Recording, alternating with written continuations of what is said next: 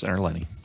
Thank you, Mr. Chair. Senator Lee. Yeah, you just should have read my notes.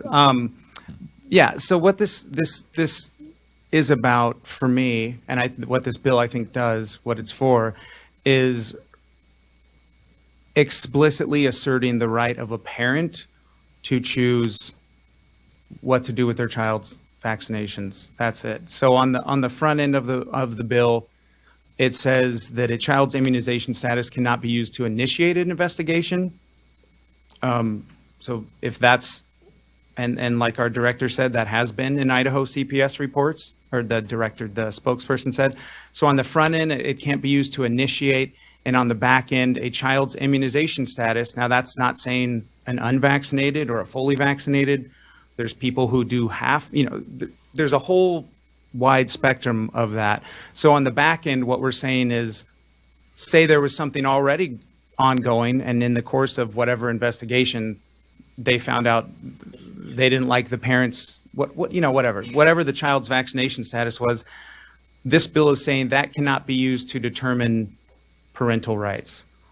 Does that answer your question? Thank you, Senator Lee. Sorry. Senator Foreman, question before he concludes? For motion. Oh, okay. Let's let Senator Lenney conclude, and then we'll entertain a motion. Thank you, Mr. Chair. So I'll read my closing statement, then we'll be. So in 2021, the American Academy of Pediatrics stated that it does not support the stringent application of medical neglect laws when children do not receive recommended immunizations. Now, some states maintain that CPS screens out reports solely based on failure to vaccinate, like Michigan. So Michigan is a state that explicitly addresses this in their code. Where states like Colorado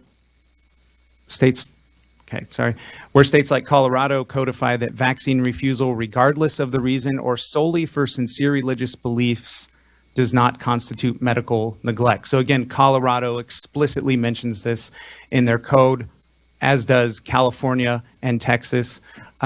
New Hampshire, just last year, the Live Free or Die state, New Hampshire even passed a bill last year that was House Bill 1280 that, quote, prohibits the state or federal government from using a parent's refusal to vaccinate a child as a basis for terminating parental rights.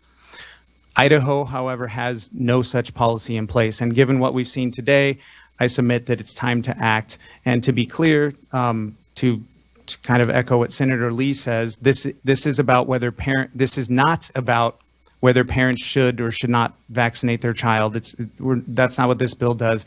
This is about protecting parents who decide that as their child's primary caregiver, they might just know better than Washington or even here in Idaho what's best for their own children. So if you agree with that, I urge you to vote yes on Senate Bill 1029 and give Idaho parents the peace of mind they deserve when it comes to the very personal decisions they make when it comes to their child's medical care.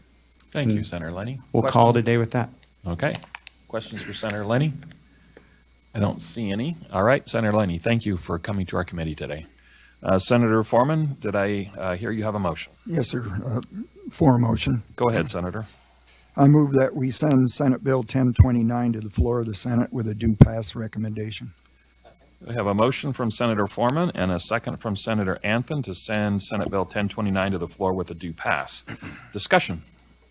Senator Hart.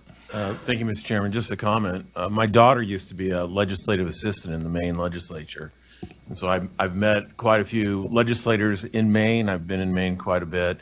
And we're very similar states. Idaho and Maine are very similar states. And whatever can happen there, I can assure you can happen here. Thank you, Senator. I'm going to vote yes on the bill. Thank you, Senator. Senator Lee. Thank you, Mr. Chairman. I'm going to support the motion too, but I want to do so with the understanding that we do have good sideboards in Idaho, and if this gives our parents a little bit more assurance and it sets our policy so that there isn't fear that this is the reason that we are initiating CPS, I'm supportive of that. I will offer that is not the reason that we have child protection cases, and I also resist the idea that unsubstantiated means that there was nothing happening. And we use those terms when we initiate safety plans and things like that. So to the extent that we are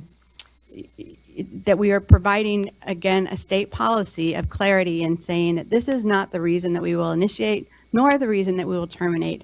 I think that that could be a helpful clarification, particularly given the last few years, without weighing in on a pro and con of COVID or any of those types of things. And because I know that's not happening, and our courts have other parameters to look at, I think that this just provides clarification based on some of that cultural input that we've seen over the last few years.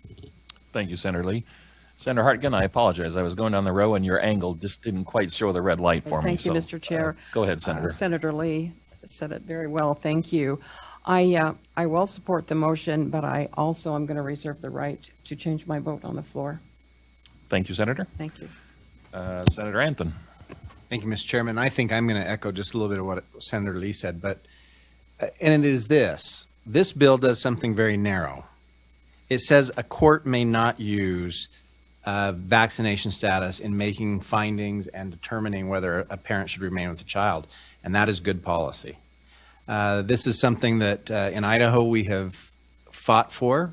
Senator Lee and I were on the Health and Welfare Committee when we fought, frankly, the Department of Health and Welfare regarding exemptions on vaccinations.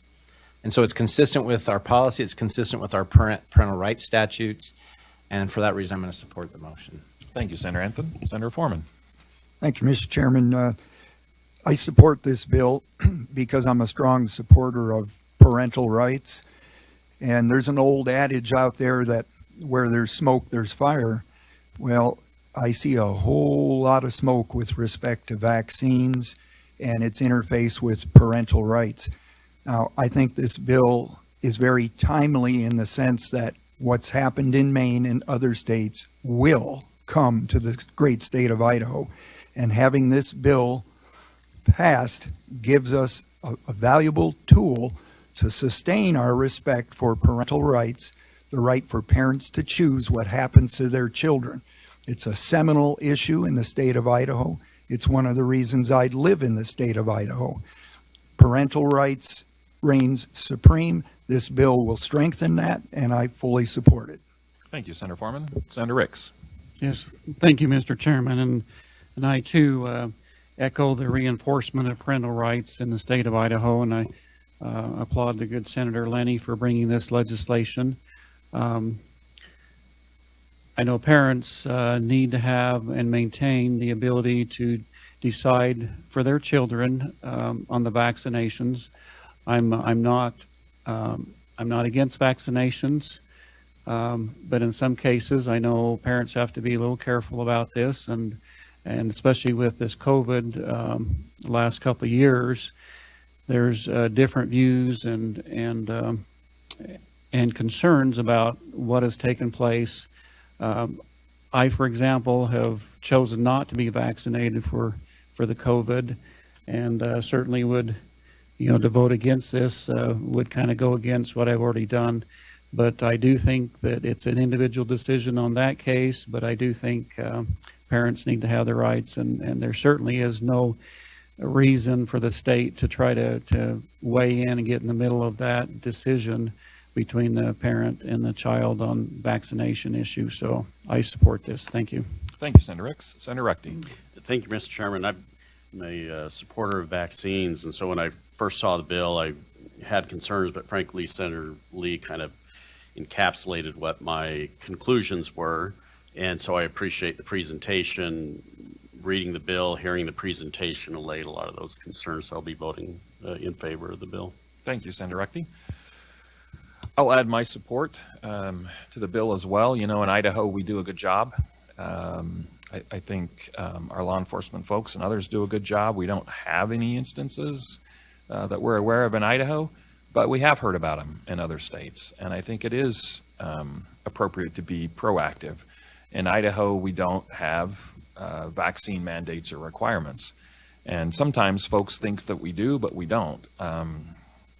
And I think this is a reflection of that. And it's an appropriately narrow reflection that says it's not to be used as part of an investigation, and it's not to be used in termination of parental rights.